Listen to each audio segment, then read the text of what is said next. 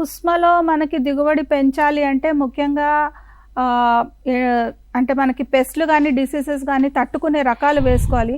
ఎంతసేపు మనం chemical fertilizer మీద డిపెండ్ అయితే అది కరెక్ట్ కాదు. సో, మనకేంటంటే ఆహ్, ఎండు తెగుళ్ళ వల్లే మనకి ఎక్కువ దిగుబడులు తగ్గే అవకాశాలుంటాయి. తర్వాత పేనుబంక.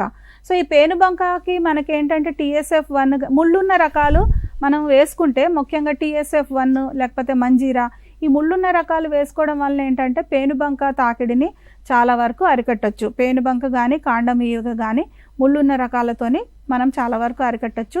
అదే మనకి ఎండు తెగులు తట్టుకునే రకాలు ఏంటంటే అగైన్ మనకి TSF అన్నది సమర్థవంతంగా ఎండు తెగుల్ని తట్టుకుంటుంది. తర్వాత నారీ 6 ఏదైతే మనకి స్పైన్‌లెస్ వెరైటీ ముళ్ళు లేని రకం అది కూడా మనకి ఎండు తెగుల్ని తట్టుకునే రకం.